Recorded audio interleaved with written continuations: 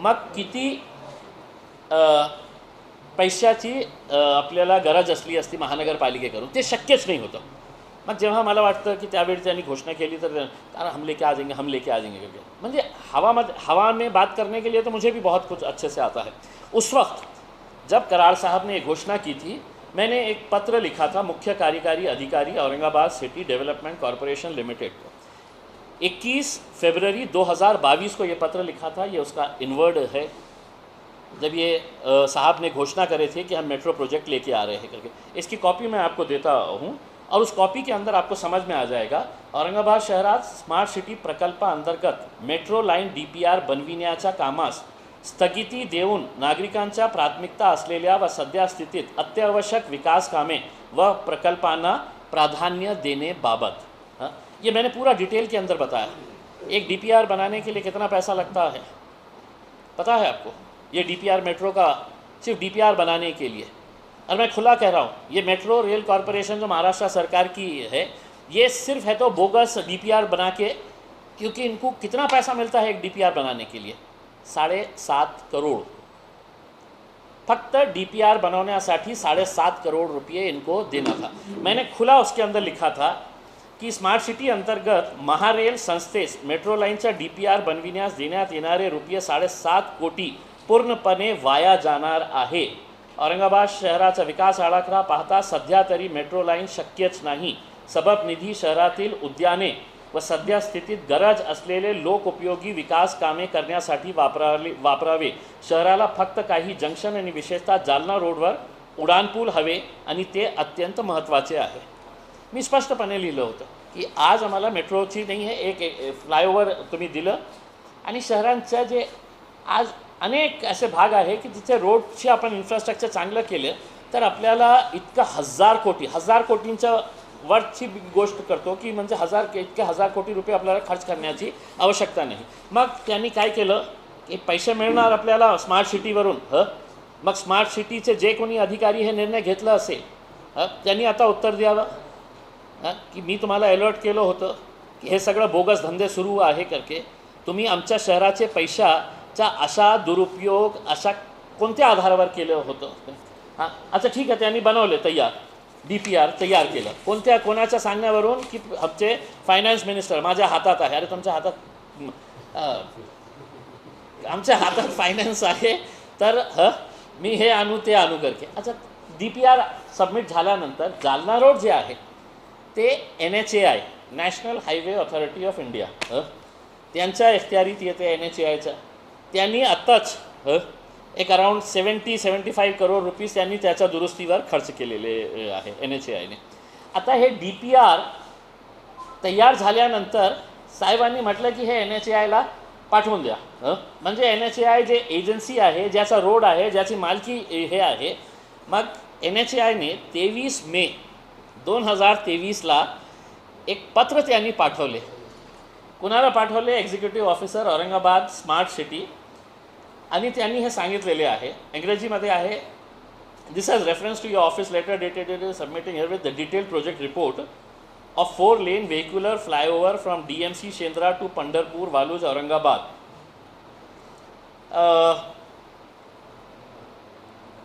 तो उन्होंने है तो ये करके भिजाए है कि ये जो आपने हमारे को भिजाया है DPR, जिसके अंदर ये रहेगा और उसके ऊपर है तो ट्रेन चलते रहेगी करके, उन्होंने लिखा है the proposal amounting to rupees 3737 3,737 crore रुपयेचा जे DPR तुम्ही तयार करून आम्हाला पाठवलेले आहे is not covered under any approved scheme of NHAI north.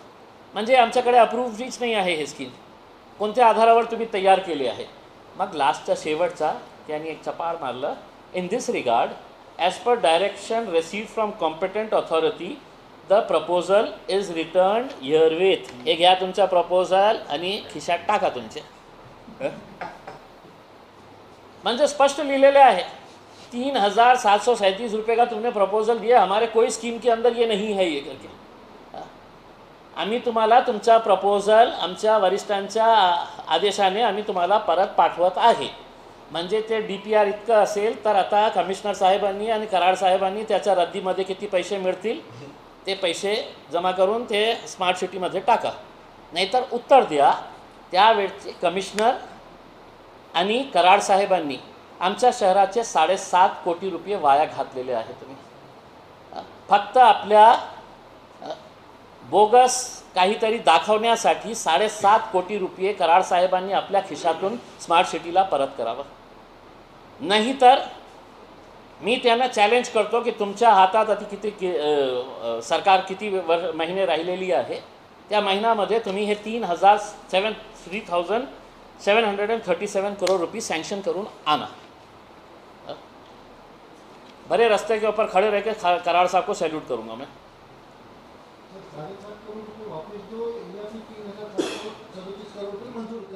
तुम्हाला हॉस्पिटलला जे गोपीनाथ मुंडे साहेबांची स्मारकसाठी जागा होती, आता त्या हॉस्पिटलचं नाव तुम्ही गोपीनाथ मुंडे साहेबांच्या नावाने करा. आता ते करतील नाही करतील मला माहीत नाही, कारण ज्या प्रकारे गोपीनाथ मुंडे साहेब आणि त्यांच्या फॅमिलीवर आता राजनीती कशी प्रकारे चालत आहे आणि कशा भारतीय जनता पार्टीच्या ब्लडमध्ये आहे की ज्या माणसाने आपल्याला मोठा केलेला आहे त्याला आपण कशा असं काढतो आणि बाहेर साईडला फेकून देतो. याचं एक प्रमुख उदाहरण म्हणजे भारतीय जनता पार्टीचे सगळे मोठे मोठे नेते तुम्ही आज कोणत्या परिस्थितीमध्ये आहे तुम्ही बगते.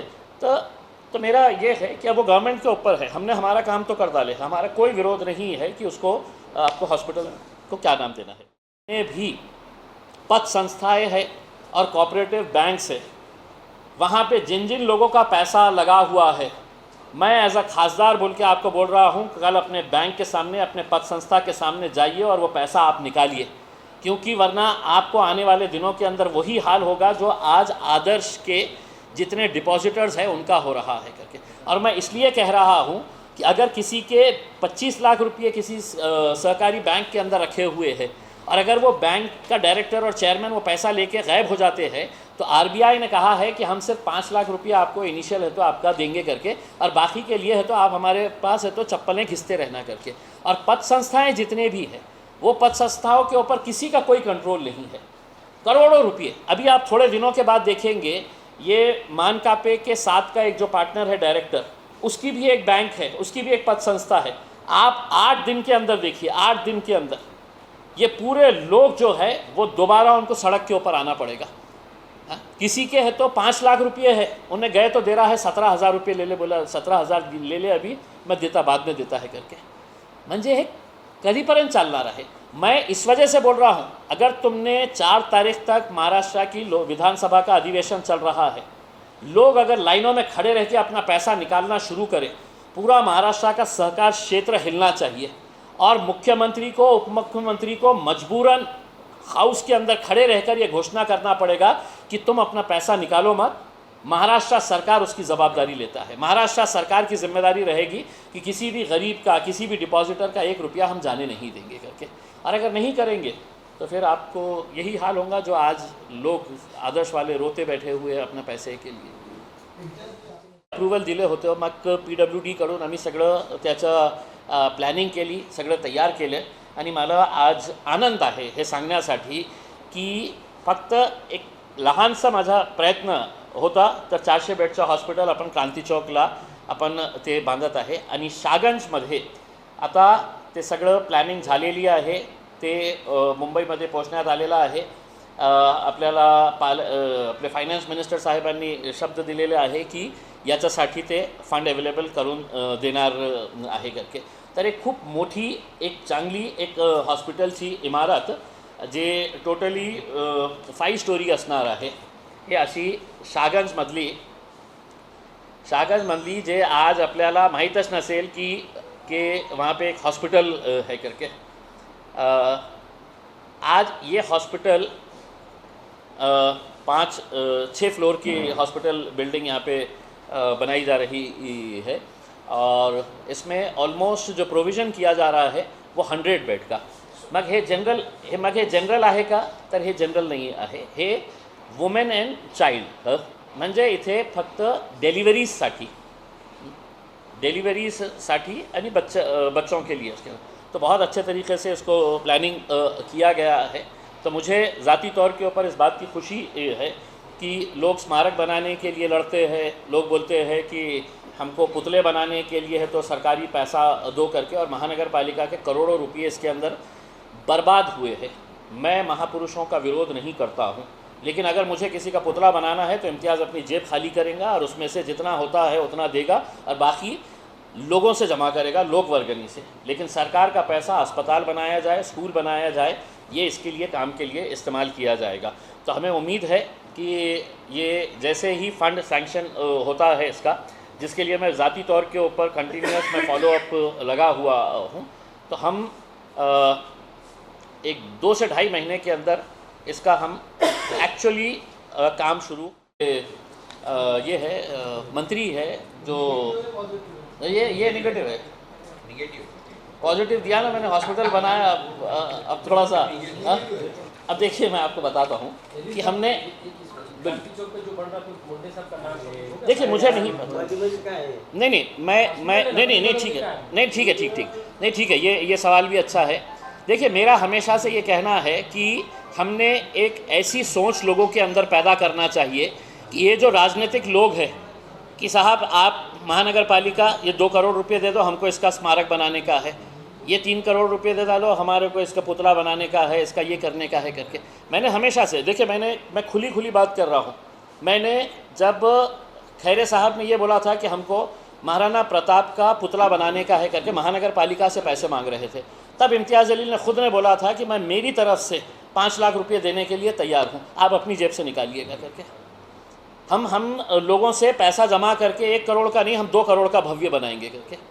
लेकिन अगर महाराणा प्रताप के नाम से अगर कुछ करना है हमारे को, तो हम किसी ग्रामीण इलाके के अंदर एक सैनिक स्कूल खड़े करेंगे और उसका नाम है तो हम महाराणा प्रताप के नाम से देंगे करके। लेकिन हमारे पास की जो घटिया राजनीति है वो इन्हीं मुद्दों के ऊपर आधारित है की इम्तियाज़ जलील विरोध केला म्हणजे त्याला आदर नाही, त्याला हे नाही, त्याला ते नाही करके।